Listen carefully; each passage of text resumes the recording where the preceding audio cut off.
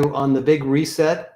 Hello, everybody. Welcome to our live event on the Big Reset, which is the program we've been doing for about 3 months to try to make sense of the pandemic and the global public health challenges around the world. Let me give you a little bit of background, and then I'm going to bring some people on the video to introduce you to. We basically, as most of you know, somewhere around January or February, the entire world changed, and all of the HR talent, workplace, economic growth strategies that companies had have been adjusted. And so those of us that do HR stuff found ourselves thrust into a new world.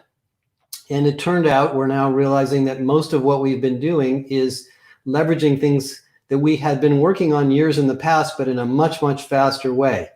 And so as an education and research business, we decided to put together a program called the Big Reset Initiative. And we enlisted about 160 large corporations to help us. And they have been working with us now for the last 6 weeks on week-by-week sprints to talk about what they're doing in the pandemic. And I'm going to introduce the leaders of that in a minute. I also want to mention that this particular video is being sponsored by ServiceNow. Let me tell you a little bit about ServiceNow.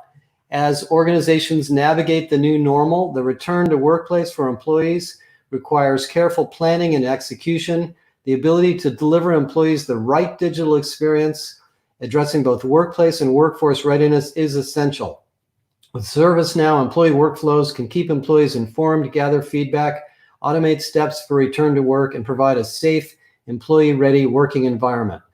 Go to servicenow.com, Safe Workplace, to learn more about the new Safe Workplace application suite. ServiceNow is a very, very impressive company, so I recommend you do talk to them.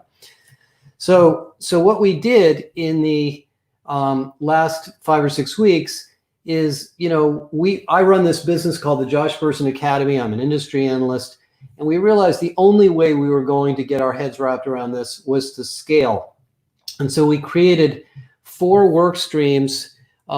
Initially, we're actually doing another phase of this starting in August with a 5th work stream, which I'll invite you to at the end. And each of the work streams focused on different topics. One focused on learning and culture, one focused on leadership or rather on culture and well-being, one focused on leadership and learning, one focused on workforce transformation, and the 4th focused on workplace transformation and back to work. And let me introduce our senior faculty in the Academy who joined us and led these initiatives. The first person I want to introduce is Nuno Gonzalez. Hey, Nuno, welcome. Nuno is a senior HR leader at the forefront of envisioning and driving transformation that is in the HR function. He is a pioneer in the move towards continuous transformation. He's the head of talent acquisition and development at UCB Pharma, which is one of the most successful pharmaceutical companies in the world. And he has also worked at Sanofi, and he is really known for his ability to anticipate the talent needs of the future and foster an environment to learn and grow every day for employees and patients.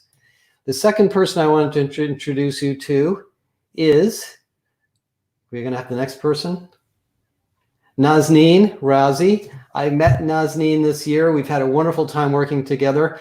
Nazneen specializes in HR and talent strategies to drive business improvement. She was the Senior VP and CHRO for the Healthcare Service Corporation, the largest customer-owned healthcare provider in the United States. She was also the EVP and Chief Global HR Officer for JLL, a very large commercial real estate company. She has over 25 years of experience leading HR organizations at such firms as Comdisco and CNA Insurance. She's also a very good writer, I have to say. She and I have a lot of things in common. The third person I want to introduce is, I believe, Nancy Vitale. Josh. I met Nancy at Genentech when she was the CHRO at Genentech. She was responsible for leading the team that was dedicated to creating a great workplace for the 14,000 employees at Genentech. Her purpose is to make meaningful connections in her career. And prior to Genentech, she led HR for Gillette North America and at Procter & Gamble.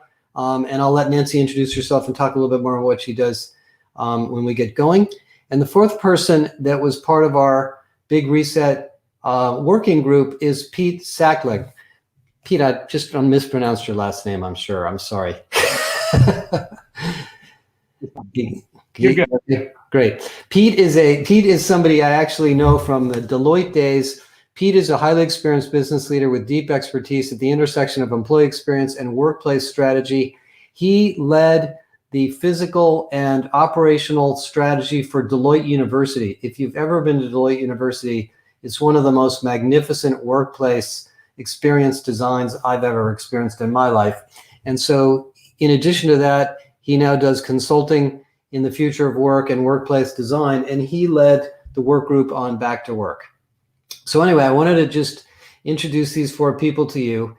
And so what we're going to do now for a couple of minutes is, before we all get on the video together and talk, in fact, we're going to all get on the video together now, is we're going to start with a couple of questions, because what happened over the last 6 or 7 weeks is we probably interviewed 60 or 70 companies.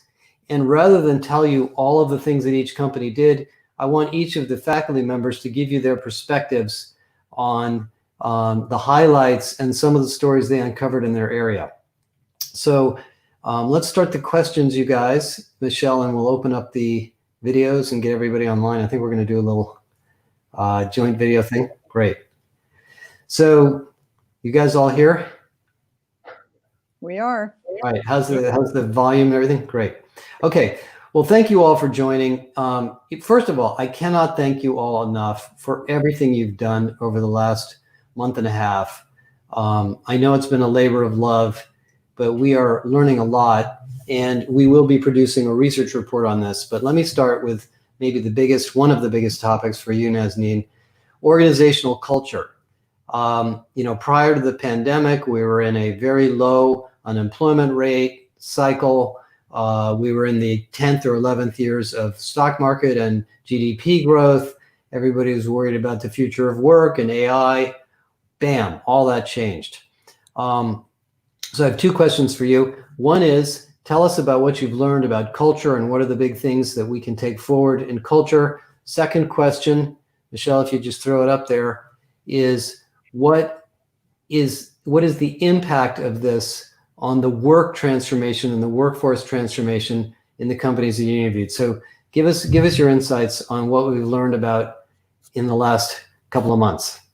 Thank you, Josh. And first of all, before I respond to your question, I wanted to take this opportunity to thank you for giving me the opportunity to lead the breakout session on workforce transformation. I really enjoyed to work with an incredible team of global HR leaders from across 4 continents. We learned a lot. We talked about common issues, and I'm going to give this group some stories that came out of those discussions and some of the solutions that we were able to curate. So first of all, hello, everyone.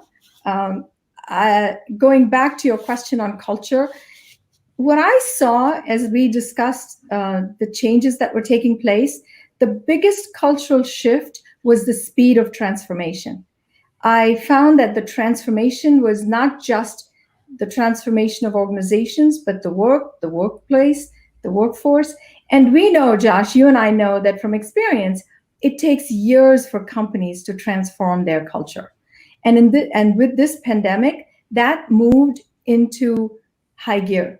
Companies may have been slow to change. They did not trust their employees, or they were relying on hierarchical and traditional organizational models, and they adapted very, very quickly. They evolved at unprecedented speeds. So let me give you some stories. Companies across the globe are redesigning their operations to be much more nimble, much more lean, much more resilient, and clearly durable. So what were some of the examples? I know you like those. Yeah. Anheuser-Busch, I can talk about them. They said that this pandemic triggered massive process changes. So they took their performance management system and they completely revamped it within a week. And they said a process like that would have typically taken 20 years to accomplish. And this improved their agility, their decision making, and so they were able to make it much more futuristic. They went from a 6-month cycle to a 6-week cycle. So that's an example. Another example, I think, for those who joined in the last WebEx, you heard how Sainsbury, which is a UK supermarket, they doubled their online and had to quickly accelerate their digital capabilities, transform their culture. And then the one that I liked as well is Continuum Global Solutions. Elaine, who's their CHRO, was in my group, and she said they have a customer contact center.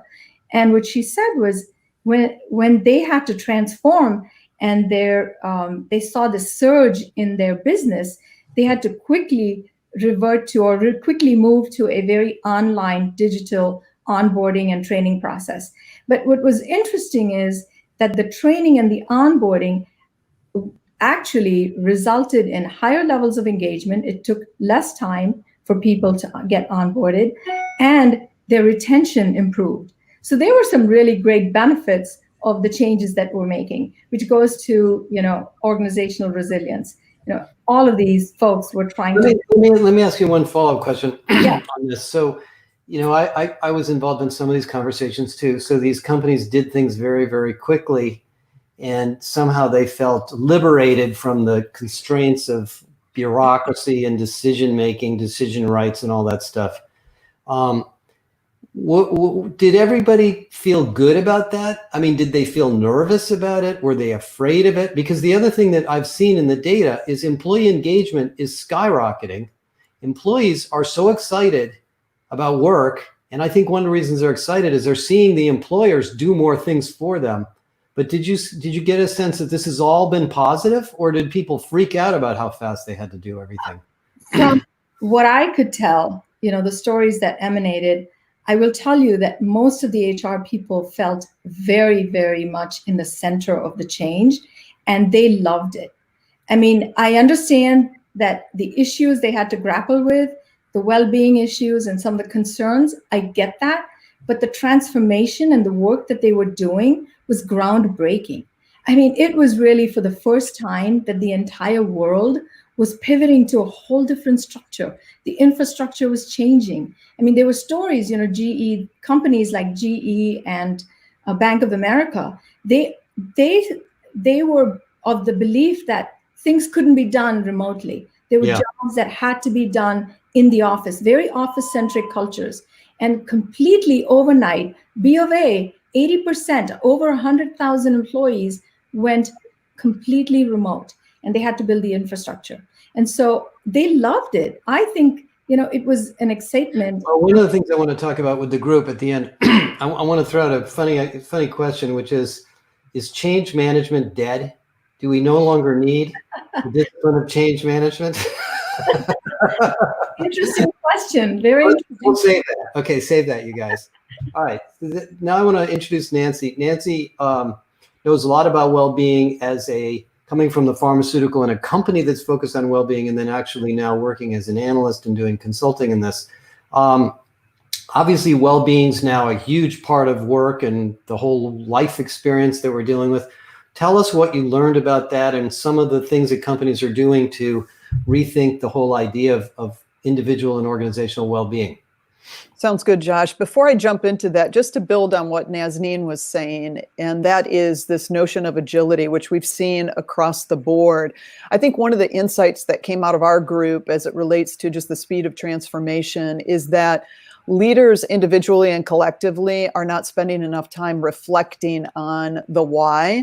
And what this whole experience has opened up for them is a world of possibility that they never thought they could do in terms of speed of decision making and being able to pivot. I'm sure Nuno might have something to say about this, but I think that was one of the things that came out of our breakout discussion is the opportunity for midterm kind of post-mortems in terms of how to take those learnings and actually build them into the DNA of culture so that we don't lose this post kind of COVID. So we can come back to that at the end if there's interest. But yeah, I mean, I left Genentech a year ago to really focus on launching my boutique firm, which is dedicated to helping organizations integrate well-being into company culture. And in our breakout group, we touched upon a few themes, but one of them really surfaced to the top. And I think in this whole work from home, dealing with social isolation, dealing with physical distancing, loneliness really came up as one of the topics, needing to be addressed. And what we saw from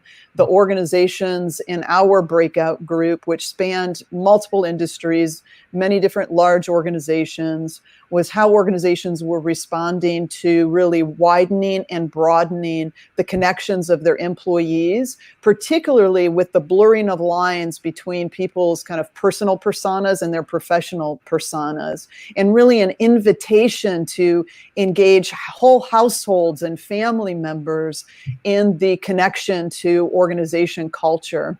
We saw Banco Santander, who implemented a virtual music making event where they invited, all of their family members of their employees to create music together. Caretaking responsibilities were another major stress as it pertains to well-being. And so we saw Chubb Insurance, who really coordinated a significant effort to engage family and friends in the caretaking responsibilities of the working parents' children. And we saw Kern's Health Systems, who really implemented a drive-in movie night in their parking lot, where they invited all of their employees and their families to join them in kind of a movie experience together. But, these are just a few of many examples that really show the connection of experience. And I think post-COVID, the opportunity is, how do we maintain this moving forward? As it relates to the resilience question, in the midst of our sprint, what we found is that people were all suffering from meeting fatigue and, Zoom fatigue or whatever platform they were using. And I think, probably less creative and innovative as a solution. It doesn't have to be sexy or creative to be effective. What we found organizations doing is trying to be much more intentional and deliberate about how they were engaging people in their meetings. So if it didn't have to be a group meeting, if it was a one-on-one check-in or whatnot, we found people instituting more walking one-on-ones, getting out, which enhanced their movement and physical well-being, but they were able to still connect. Another example of this is where some companies were instituting no meeting times, kind of the sacrosanct of, lunchtime or blocks of time, to be more intentional, to give people opportunities to attend to their children at home in their caretaking responsibilities, or perhaps go get a workout in, or whatever it might be. But it doesn't have to be sexy or innovative to be effective. And that's where we saw people really getting scrappy to focus on what was going to work for them. What do you think? One more question on this topic. As do I, that the tech industry thinks they're going to solve well-being with apps and watches and videos and all that stuff. Did you find that to be a big part of this, or maybe not? How well did all the health tech help, or is it helping? Yeah, I mean, it's a mixed bag, and you and I are about to take a deep dive on the well-being market and look at the well-being solutions that are out there and all the vendors.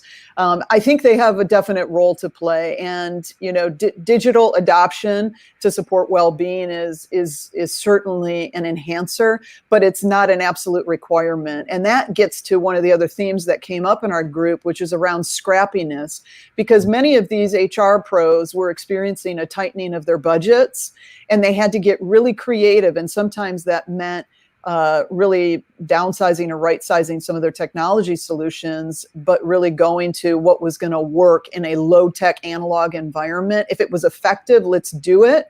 It doesn't have to necessarily be digital all the time, 100% of the time.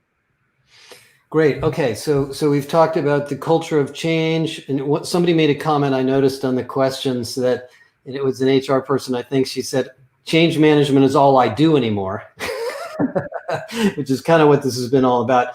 And this issue of well-being, let me point out one thing on this idea of connections. And I've mentioned this in some webinars.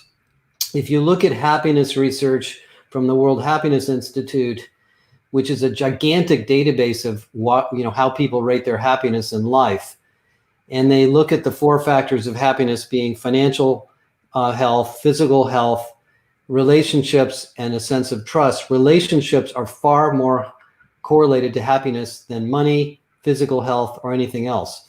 So this idea of building relationships at work and walking around virtually is really fascinating. And while you were talking, I was thinking about the fact that, I don't know for most of you, but in my case, I go for a walk in the evenings when I'm done working, and all of a sudden all my neighbors are out walking around. Now we are wearing masks, but we're all sort of smiling at each other or waving. So I feel like maybe that's a little bit of a lesson we can learn about work, is get out of our little silos and get to know each other a little better, and everything feels a little healthier. Okay, third question is for Nuno. And Nuno had a very big topic, leadership and learning.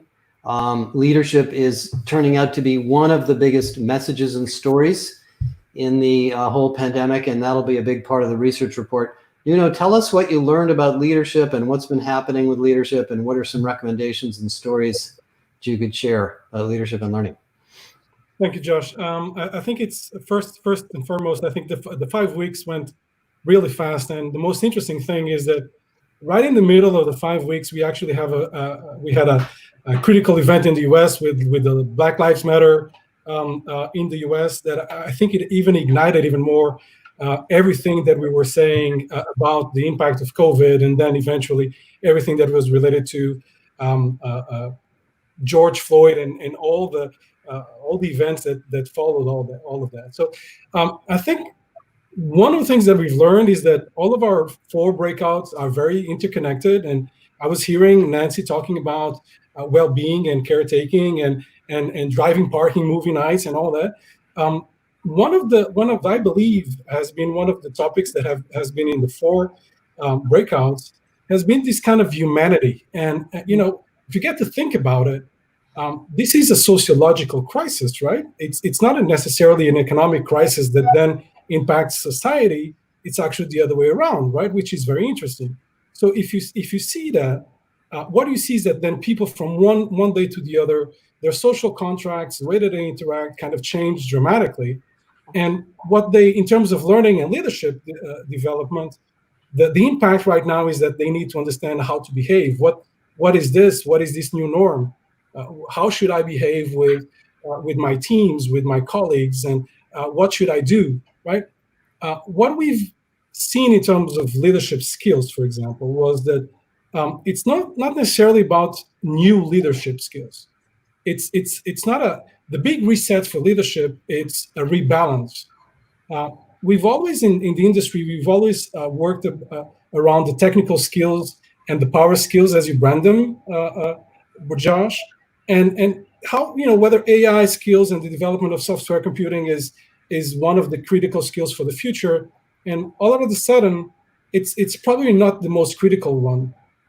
And it starts to become, empathy and resilience and trust and dealing with ambiguity and vulnerability and active listening. Mm-hmm. Everything that we've heard from the companies is that there's a bigger appetite and a bigger demand to develop these power skills than ever before.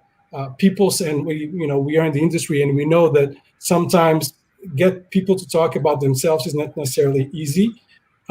Right now, and we saw that from one of the companies saying, a chief HR officer saying, for the first time we had a town hall with 2,000 people, and we were talking about how do you feel, right? That never happened before.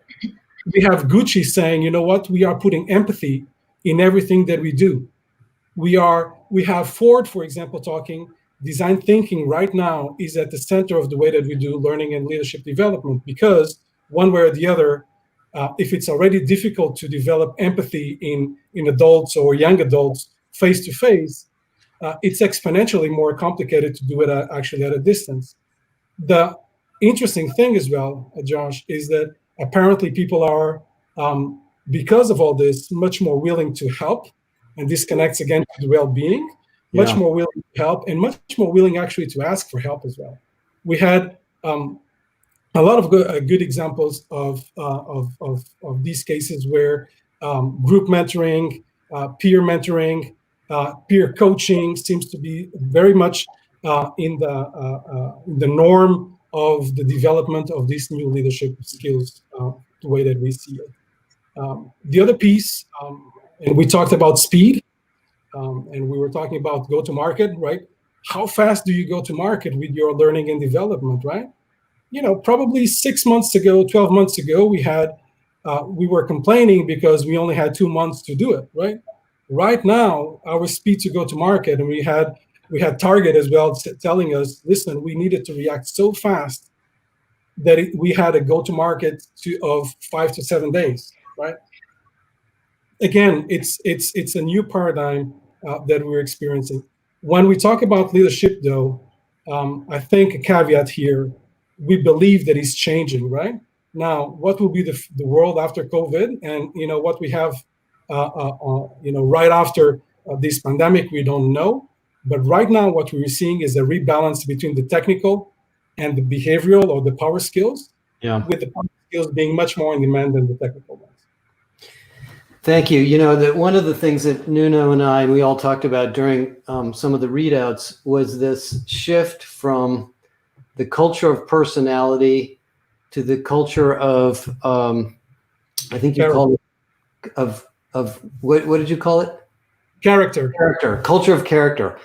And this morning I saw that the Supreme Court ruled that Donald Trump's taxes are going to be made public. And it did remind me of this, maybe character is the word that describes what is going on in leadership right now, is we're moving more towards the culture of character. So I'd like to explore that when we get into the open Q&A in a minute. But let me turn it over to Pete. Pete had probably the hardest job, because right in the middle of this, we started this whole process, and then the Trump administration and a bunch of other people said, back to work, go. So everybody started rushing back to work. And, in some countries they were already there, in a lot of countries they weren't. And so Pete's been trying to figure out what has been going on there. We have some wonderful stories there. So Pete, tell us what you've learned about that so far. Share as much as you can, because I'm sure everybody wants to learn about that. I appreciate that, Josh. Yes, it's been an interesting journey, and thanks for all that. And honestly, the points made by our colleagues here today on the elements that they've been exploring all tie into this element. This element is really a hardscape tactical thing, but it so impacts end-to-end talent experience, well-being, culture, engagement, etc. So just understanding that as our starting point, here's what we pull together as a breakout. So relative to anything else that has ever happened in the workplace strategy, design, or operation world, things right now are happening at light speed, right? Nuno said Target had a 5 to 7 day implementation process, had to happen.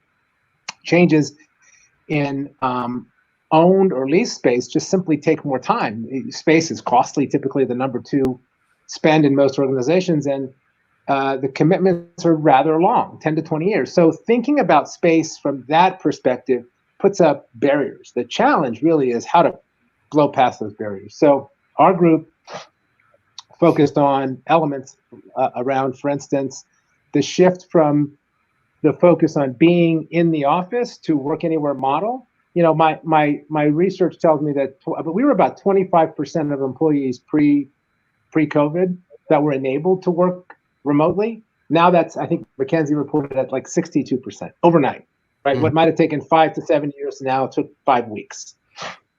So that shift created some crisis management that's necessary, but also in the groups I talk to, they're trying to make sure that they don't break anything that long-term needs to be adjusted from a strategic perspective. So I'll give you some examples.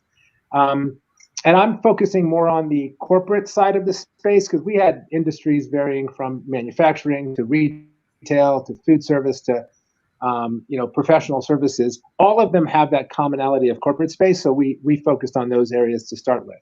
We might dive deeper in the next phases otherwise. But number one, it was safety, safety, safety. There are some of our group that just have decided to not reopen their offices at all, or a very minimal way, until the end of the year, or at least the fall. They're keeping checks on that. They have leadership team meetings weekly, and more frequently than that, often led by HR professionals, because this is, if nothing else, a people-driven crisis, right? So that safety issue is primary and focused, and issues around density and rethinking operations and how to keep it safe throughout the day once you have people there. Density used to be the measure that real estate organization used to figure out how to shed space. Now it's, do we have enough space to keep people at 6-foot distances from each other while they're working together? Very big challenge. So one firm, for instance, brought on a concierge type staff, small staff, to enable inter-office delivery. So everything from food service to supplies to operational services. They closed all the common spaces. They closed the kitchen areas. They closed the copy areas. Those would be major points of viral transfer. So they thought differently and thought, well, let's bring the services to where they are in the space and keep that foot traffic down. Other examples were they also, in those circumstances, had daily attestations that individuals had to make before they came to the office on an app, answering questions, et cetera. And then when they got there, they were provided with a welcome kit that had, disinfectants in it, PPE, water, information sheets. It had one cool item as well, this cool little door hook thing where you could use it to open doors and in both directions without having to touch the door. I wish I had invented that before this all started. Jeez. I wouldn't be doing this. And so as for space reconfiguration or redesign in the short term in particular, the steps have varied based on their steps forward. One organization has closed all their conference rooms except for their boardroom because it didn't allow social distancing as a challenge. If you think about and one of the other organizations that we talked to actually converted some of their open spaces into sort of an open meeting area to create that ability to have 10 people or so but still remain distant. You just mentioned Trump in the White House, Josh. If you ever watch their now cabinet meetings, they've shifted all their meetings to the hall where they have state dinners, which is the only hall big enough to have tables set up so that all the cabinet members can stay 6 feet apart. So everyone is trying to adapt to that circumstance and situation. One of the other key things is, where do we have our people go? So lots of places have headquarter space in central business districts that require public transportation or very expensive parking. Now, one of them at least has set up more of a hub space, a hub and a spoke perspective, where the spokes are temporary spaces where people can go and collaborate close to where they live so they can drive in both directions and keep safe. So logistics all the way back to their home to the office are some things that these organizations are having to figure out. So it's really right now about safety and confidence, creating one and instilling the other so that people feel, as has been mentioned in the other discussions, cared for, empathized with, and accommodated in what they have to do day to day. Thank you, Pete. This is such a big topic. I wish we had more time. We've got about 7 or 8 more minutes. Let me say a couple things and I want to open it back up. First of all, for all of you watching, we are going to produce a research report on everything we discovered that'll be out later in July, number one. Number two, there's a new sprint of sessions starting the first week of August. If any of you watching would like to join, we can't have all of you join, but we're certainly willing to participate, have you as many as possible. Send us an email or go to the Bersin Academy website. But before I run out of time, let me ask you guys one. We have a lot of questions we aren't going to have time for, but I do have one. I want to throw it out to each of you. Given that this pandemic is not going to end soon, it's probably going to go on for a year. Let's assume it goes on for a year. What do you think we're going to look like 6 months from now? Is it going to be more the same? Where is this taking us as an HR profession? Because one of the things I know is an issue now is exhaustion. People are tired. They've been working as hard as they can for 3 or 4 months, and they would like to take a break, even though they don't have anywhere to go. But anyway, give me your perspectives on that. And because we're going to run out of time, we've got about 6 minutes to talk about what do you think is going to be the most important thing for the next 6 or 9 months. Anybody wants to chime in? Well, I'll start. Yeah, Josh, I would say that while the area we focused on, space, is certainly an issue in terms of production and things that have to happen in those spaces, I think the remote or work anywhere model is not just here to stay, but needs to be quickly picked apart from an experience perspective. Things that we used to rely on physical interactions to do that we don't have to do anymore, at least for the next year. We have to come up with new and interesting ways to create that engagement, to create that sense of culture where it might have been physical otherwise. So I think there's a lot of work to do from that point of view. So your answer is a lot of work on remote work, culture, and rules and norms. Okay. Who wants to go next? I'll let you get around. I think one of the things that I would hope as an HR professional is some of the things that were positive, I hope will stay. Because, we've started to work in a much faster fashion, and it happened organically. It didn't have to be tested. We busted some of the myths. We created new horizons. And I think if we stayed with those, we will be achieving the better normal, whatever that looks like. So there are certain things that we're going to have to stop doing because they were more Band-Aids. But I think those that endure past the pandemic should be the ones that will create a much brighter future. And I can think of some examples clearly. There was a company in Asia, financial services. It's an asset management company, and they have a lot of security around their data. So when they moved to working from home, they built a humongous set of infrastructure. And now they're debating, they've professed that going into the new world, at least 30% of their people will continue working in a different environment. So I think those are the kinds of things that should sustain over a period of time. And we have to be intentional on what that is if we want to create a good future. Great. Josh, I think for me specifically, I think there's, if I look 6 months ahead, if we have another wave of COVID, if we have people tired and all that, I think we're going to have a different war for talent. And the reason why I tell you this is that I think those that will, we will look and we will know how people are treated, how our colleagues are treated, or our neighbors or our cousins or our spouses are treated in other companies, right? I believe that the companies that will treat well and that will be the most human companies will be kind of attracting much more the talent than all the other companies that will only continue to be focusing on performance and P&L results. Those companies that will neglect the human aspect will lose talent. Okay, I really hope you're right. What do you think? Can I just add, I'll take one slice of this, and we've talked about this notion of an expansion and contraction, and these waves of expansion and contraction that we'll probably continue to see during that year that you just described, Josh. But one slice of this, I think, is around the caretaking responsibilities of working parents in particular, which is a large percent of the population for many of these organizations. And we saw Twitter come out this week with providing, summer camp and opportunities to care for Twitter employees' kids, full time. We also saw a story, I can't remember the company, where a woman got fired because her kid was in the background, and there was this notion of distraction and detraction. You can't be solely focused. So to Nuno's point, how do we support the variety and diversity of needs of the employees from a caretaking responsibility, particularly when schools are in jeopardy of opening in the fall? And so that's going to be another topic that I think companies are going to have to wrestle with. We just kind of skidded by, at the end of the school year, but that's going to be front and center for many. Okay, guys, I'll give you my perspectives because we're close to sort of out of time.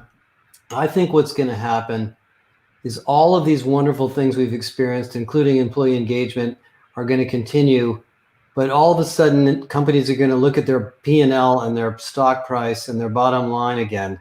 They're going to say, now what? And so I think the biggest lesson that we're all going to learn in the next 6 months is this problem of uncertainty is not going away. This idea that we're going to go back to something normal, I don't think we are. I think we're going to have to get comfortable with working in a company that is changing very rapidly all the time. And in that vein, we are starting a new theme, a new stream of questions and teams starting in August. I think we're out of time right now. We only had 40 minutes, I think, booked for this, as I remember correctly. Is that right, you guys? 45? 45. Okay, 5 more minutes. Okay, I'm sorry. Okay, so that's the first question. What else, you guys, let me just open it up since we have 5 more minutes, I'm sorry. What else do you want to share that you thought were like just unbelievably interesting stories that you think people could learn from that came from some of these clients, some of these companies? Anybody want to think of? Josh, one of the things I heard repeatedly was the sort of middle management challenge that's going on right now, where they were typically, in somewhat virtual mode in terms of managing remotely, but now are really 100% that way and dealing with their own stresses at home, that swath of supervisor and leader is really suffering the most from both perspectives, and some focus on how to train them up and get them better prepared for that circumstance is a high focus. Well, one company I do know, a telecommunications company, said what they did to deal with that is they have a weekly open meeting for all managers to just talk about things they're dealing with as a group every week for 2 hours, which is one way to deal with that management issue. So I think that's a great innovation. Yeah, one other thing I might highlight, Josh, is going back to this notion of scrappiness. And what we found is many of these companies who are pulsing, employees more frequently, diving deep and doubling down on their employee listening strategy, but then taking action quickly after that. Companies like Atlassian and Kern Health Systems that were putting out what I'd call imperfectly perfect solutions. Like, it doesn't have to be perfect anymore. It just has to address the need. And I think we're going to continue to see more of that. But as HR teams embrace this notion of scrappiness, it brings out creativity. But if you're going to ask the employees, you have to quickly respond, and it doesn't have to be a perfect solution. Yeah, that may be one of the most permanent changes that comes out of this is the informality of work now. You don't have to get dressed up. You don't have to go to the office. You can have your dog in the back and people don't get upset. That may be right. a long time. I mean, that's a really good point. I just thought of that. Nuno, did you have something or?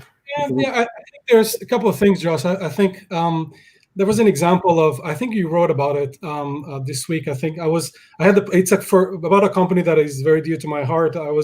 I had the pleasure to be the first chief learning officer of Sanofi, and Sanofi is a company that I know well and I like very much.